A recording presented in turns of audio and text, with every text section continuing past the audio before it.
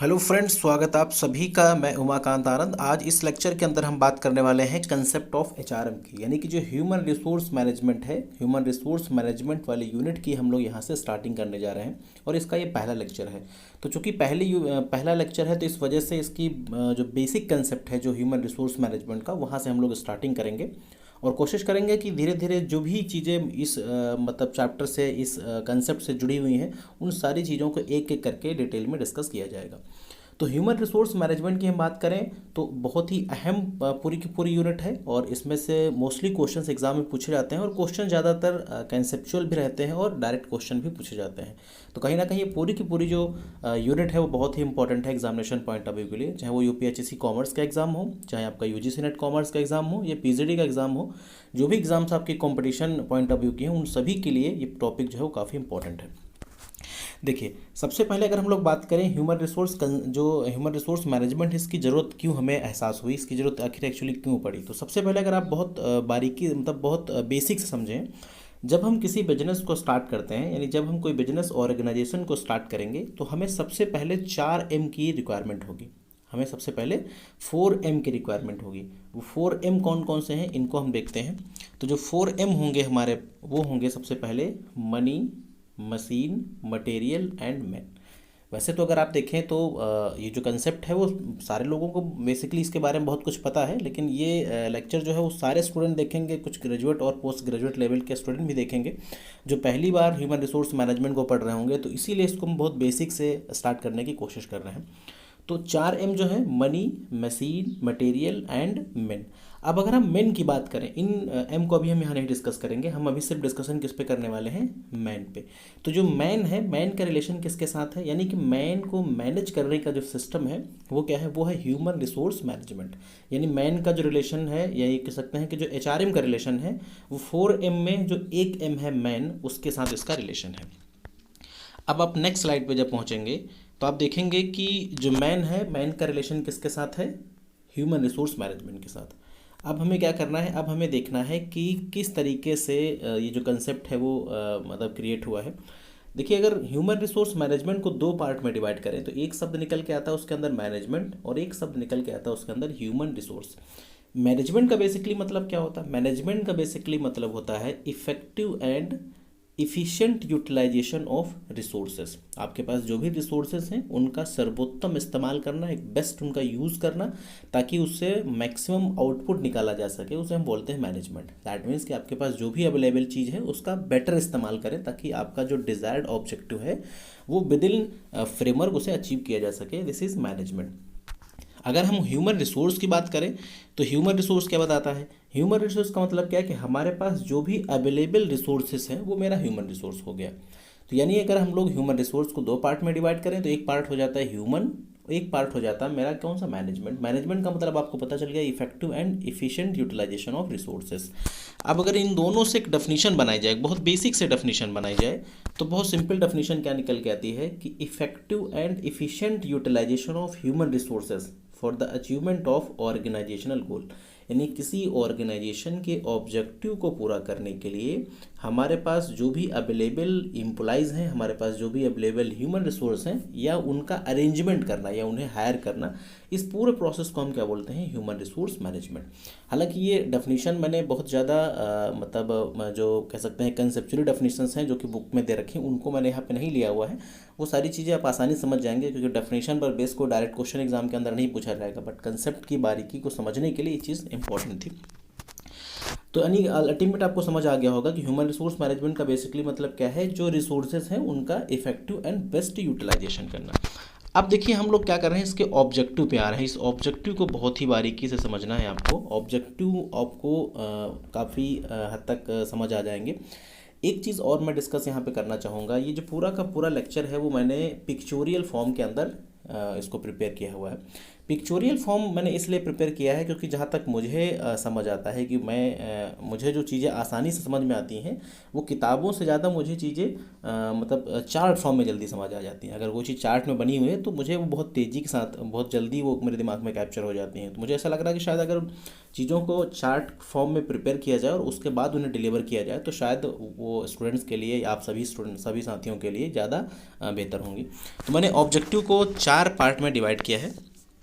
पहले यानी कि ऑब्जेक्टिव 4 तरीके के हैं। पहला ऑब्जेक्टिव जिसे हम बोलेंगे सोशल ऑब्जेक्टिव, दूसरा ऑर्गेनाइजेशनल ऑब्जेक्टिव, तीसरा फंक्शनल ऑब्जेक्टिव, चौथा आपका जो है वो पर्सनल ऑब्जेक्टिव। यानी जो एचआरएम के ऑब्जेक्टिव हैं वो 4 लिहाज से हैं। सोसाइटी के हिसाब से हैं, ऑर्गेनाइजेशन के हिसाब से हैं, फंक्शन के हिसाब से हैं और पर्सनल यानी एम्प्लॉयज़ के हिसाब से हैं।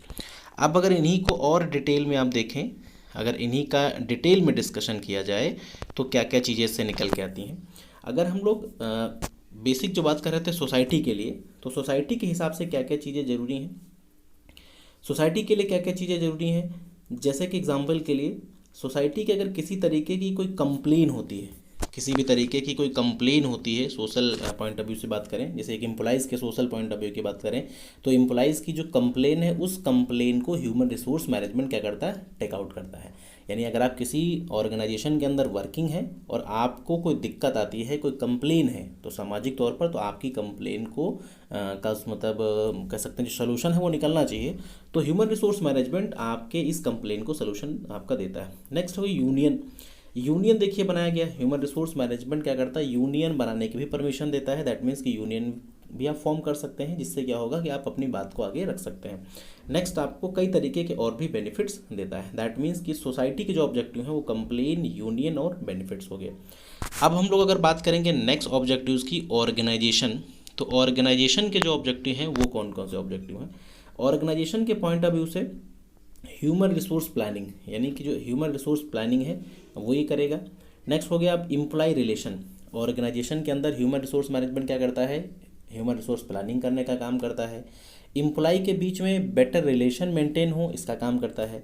नेक्स्ट सिलेक्शन करने का भी काम करता है, ट्रेनिंग, डेवलपमेंट एंड अप्रेजल। यानी ये कुछ ऐसे काम हैं जो basically human resource management organisation point of view के लिए काम करता है। जो हम लोग ऑब्जेक्टिव की बात कर रहे हैं, सोशल ऑब्जेक्टिव आपने देखा, अभी कौन से ऑब्जेक्टिव चल रहे हैं, अभी हम देख रहे हैं कौन से ऑब्जेक्टिव, ऑर्गेनाइजेशन ऑब्जेक्टिव।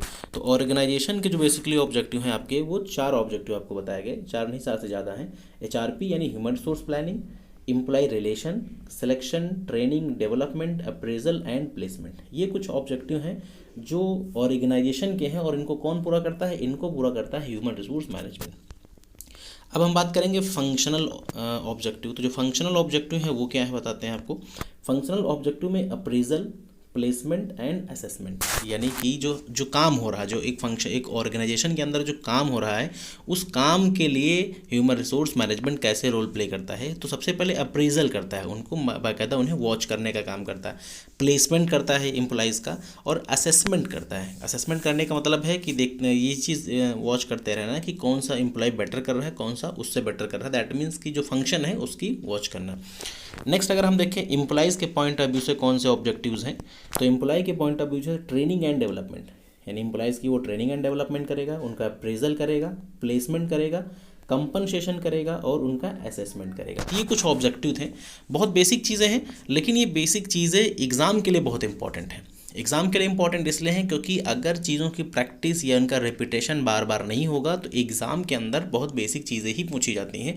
एग्ज़ाम के अंदर कोई बहुत बड़ा क्वेश्चन नहीं आता, एग्ज़ाम में बेसिक क्वेश्चन आएंगे और उनका हम लोग आंसर तभी कर पाएंगे जब हम लोगों ने उस चीज़ को बहुत बारीकी से समझा होगा और कई बार उसे हम लोगों ने पढ़ा होगा। तो ये बेसिकली ऑब्जेक्टिव थे। इसका पूरा का पूरा चार्ट जो है वो ऑब्जेक्टिव्स को डिफाइन कर रहा था। अब हम लोग बात करेंगे स्कोप की। तो आप देखेंगे इस पूरे लेक्चर में आपको काफ़ी सिमिलरिटीज़ मिलेंगी, इसके ऑब्जेक्टिव, इसके स्कोप, इसके फंक्शन में काफ़ी सिमिलरिटीज़ मिलेंगी। बट फिर भी मैंने इस पूरे लेक्चर को मैंने पिक्चोरियल फॉर्म में या कह सकते हैं फ्लो चार्ट के फॉर्म में ही प्रिपेयर किया है।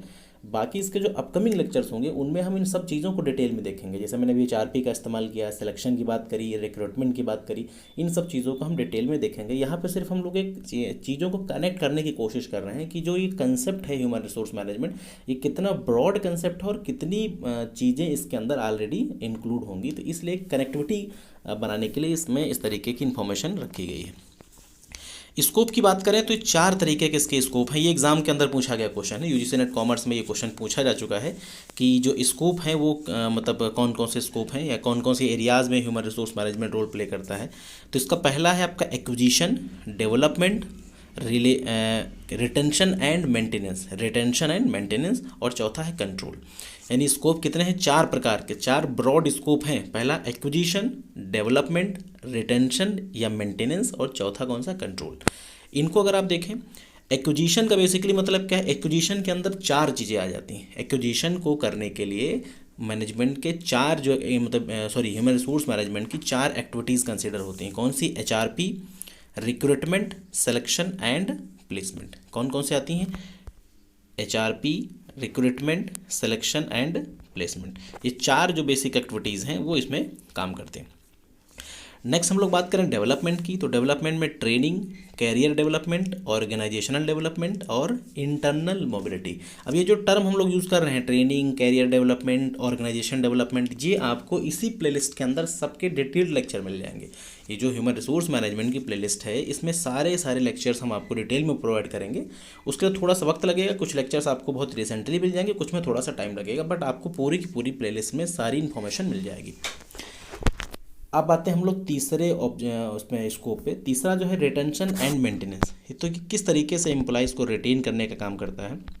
देखिए, रिटेंशन में हम बात करें तो रिम्यूनरेशन। एक एम्प्लॉय तभी रिटेन होगा जब उसे प्रॉपर रिम्यूनरेशन मिलेगी, उसे की हेल्थ सिक्योरिटी होगी। हेल्थ सिक्योरिटी का मतलब है उसकी सेहत का ध्यान रखा जाए, उसे प्रॉपर मोटिवेशन मिलेगा, सोशल सिक्योरिटी का ध्यान रखा जाए, सामाजिक सुरक्षा जो है उसके बारे में ध्यान रखा जाए। इंटरनल रिलेशनशिप बहुत ही काफ़ी बड़ा रोल प्ले करते हैं, तो रिलेशनशिप बेटर बना के रखे जाए। परफॉर्मेंस अप्रेजल, उस एम्प्लॉय का बाकायदा परफॉर्मेंस अप्रेजल हो और ज़रूरत पड़ने पर उसे रिवार्ड्स वगैरह दिए जाएं, और जब उसे मतलब उसने कुछ अद्भुत काम किया हो, बेटर काम किया हो, तो उसे इंसेंटिव्स वगैरह भी मिलते रहने चाहिए।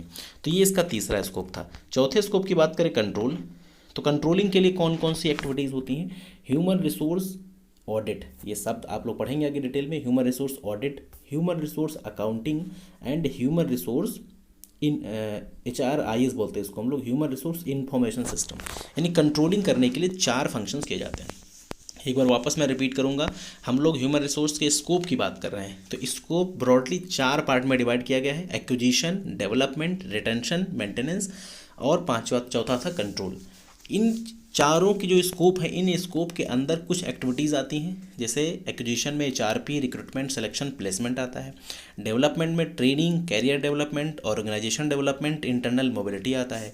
रिटेंशन एंड मेंटेनेंस में remuneration, health security, motivation, security, social security, internal relation and performance आता है। और कंट्रोल में HRA, जिसे ह्यूमन रिसोर्स ऑडिट कहते हैं, HRA दूसरा ह्यूमन रिसोर्स अकाउंटिंग, और HRIS यानी ह्यूमन रिसोर्स इंफॉर्मेशन सिस्टम। इससे कुछ बातें क्लियर हो रही होंगी, आपको ये आइडिया लग पा रहा होगा, जो बिल्कुल बिगनर हैं ह्यूमन रिसोर्स मैनेजमेंट के लिए, उन्हें ये समझ आ रहा होगा कि ये कितना बड़ा सब्जेक्ट है, कितनी चीज़ें आपको इस सब्जेक्ट के अंदर पढ़ने को मिलेंगी। अब देखिए, हम लोग बात करेंगे फंक्शंस पे।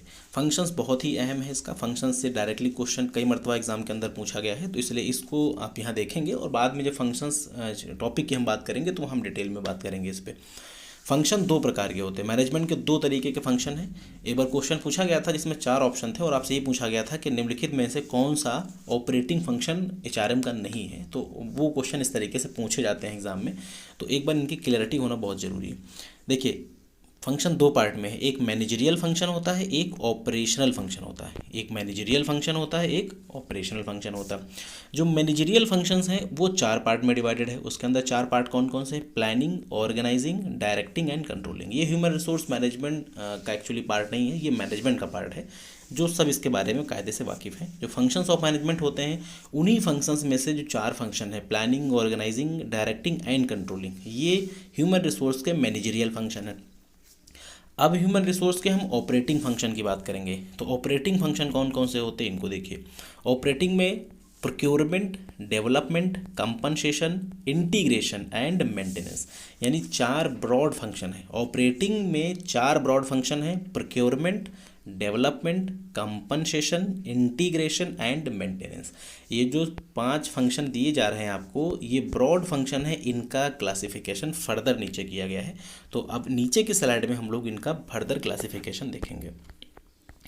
अब अगर इनका फर्दर क्लासिफिकेशन आप देखें तो जो प्रिक्योरमेंट फंक्शन आपका है, प्रिक्योरमेंट के अंदर क्या क्या चीज़ें आती हैं उनको ध्यान से समझिएगा, क्योंकि एग्ज़ाम में डायरेक्टली क्वेश्चन पूछा जाता है इनसे, तो इसलिए इनकी जो भी इनका कंसेप्ट है वो क्लियर रहना चाहिए। प्रिक्योरमेंट के अंदर सबसे पहले आता है job analysis, human resource planning, recruitment, selection, placement, induction, transfer and promotion and separation. ये जो चीज़ें हैं इनको डिटेल में हम लोग देखेंगे और जो भी इनके कंसेप्ट हैं उनको बारीकी से अलग अलग डिस्कस किया जाएगा। यहाँ पे सिर्फ बेसिक अवेयरनेस जो है ह्यूमन रिसोर्स मैनेजमेंट की वो आप तक पहुँचानी थी इस लेक्चर के माध्यम से। एक बार मैं रिपीट कर रहा हूँ, प्रिक्योरमेंट जो उसका फंक्शन है वो 5 से उसमें अंदर कई सारे फंक्शन हैं, जैसे जॉब एनालिसिस उसी के अंदर आएगा, ह्यूमन रिसोर्स प्लानिंग आएगा, रिक्रूटमेंट आएगा, सिलेक्शन आएगा, प्लेसमेंट आएगा, इंडक्शन का बेसिकली मतलब क्या होता है कि जब कोई नया नया एम्प्लॉई ऑर्गेनाइजेशन के अंदर आता है तो उसे हम ऑर्गेनाइजेशन के बारे में उसे अवेयर कराते हैं। जस्ट लाइक जैसे आप मैनेजमेंट कॉलेज में MBA वगैरह में एडमिशन लेते हैं तो एक इनॉग्रेशन फंक्शन होता है, तो सेम उस तरीके से हम अपने सीनियर से मिलते हैं और संस्था के बारे में जानते हैं, तो सेम काम होता है आपका बेसिकली इंडक्शन में।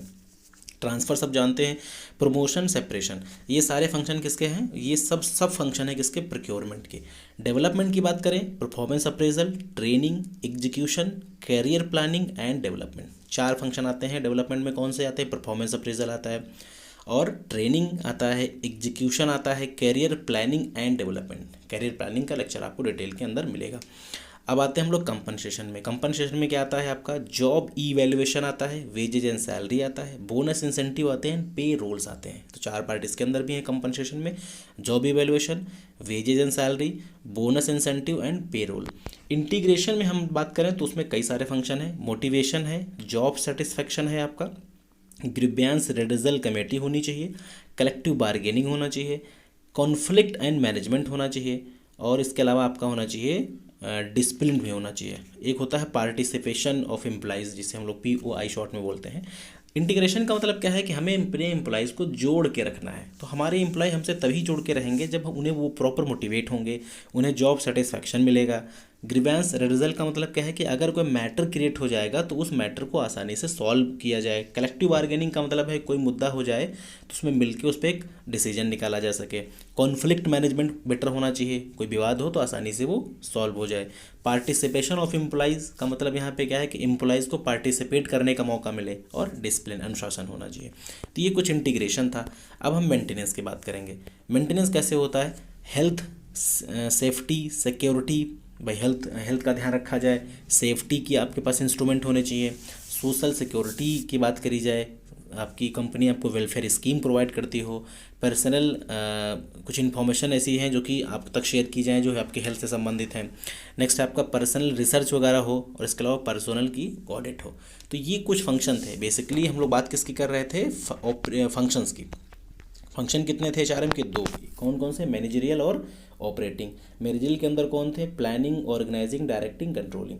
लेकिन ऑपरेटिंग के अंदर कितने थे, 5। कौन से, procurement, development, compensation, integration, maintenance. देखिए मैं थोड़ा जल्दी जल्दी बोल रहा हूँ इसलिए क्योंकि मैं क्विक रिवीजन कर रहा हूँ, तो कोशिश रहे कि आप लोग थोड़ा सा इसको समझें।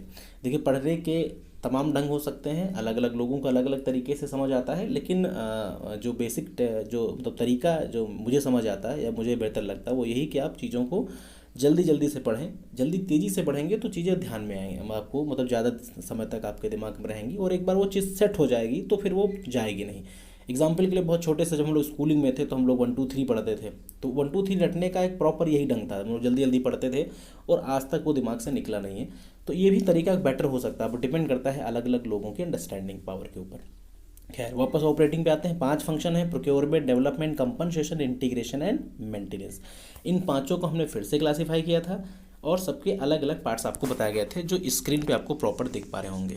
तो ये जो बेसिकली आज का जो मेरा ये लेक्चर था ये सिर्फ और सिर्फ कंसेप्ट को क्लियर करने के लिए था, यानी कि एक ह्यूमन रिसोर्स मैनेजमेंट की आपको एक समझ क्रिएट हो कि कितना बड़ा टॉपिक है, क्या क्या चीज़ें आप इसके अंदर पढ़ने वाले हैं और किस हद तक ये काम करने वाला है। आगे की जो आपके लेक्चर्स होंगे उसमें हम लोग डिटेल से एक एक चीज़ को डिस्कस करेंगे और जो कंसेप्ट वाली बातें हैं वो सारी की सारी बातें आपको आगे बताई जाएंगी। ये कंसेप्चुअल सिर्फ और सिर्फ ये बेसिक लेक्चर था जो बिगिनर के लिए था, जो बिल्कुल पहली बार ह्यूमन रिसोर्स मैनेजमेंट पढ़ रहे हैं उनके लिए था। बाकी चीज़ें हम लोग डिटेल में आने वाले लेक्चर्स के अंदर डिस्कस करेंगे। So thanks for watching this video, have a nice day.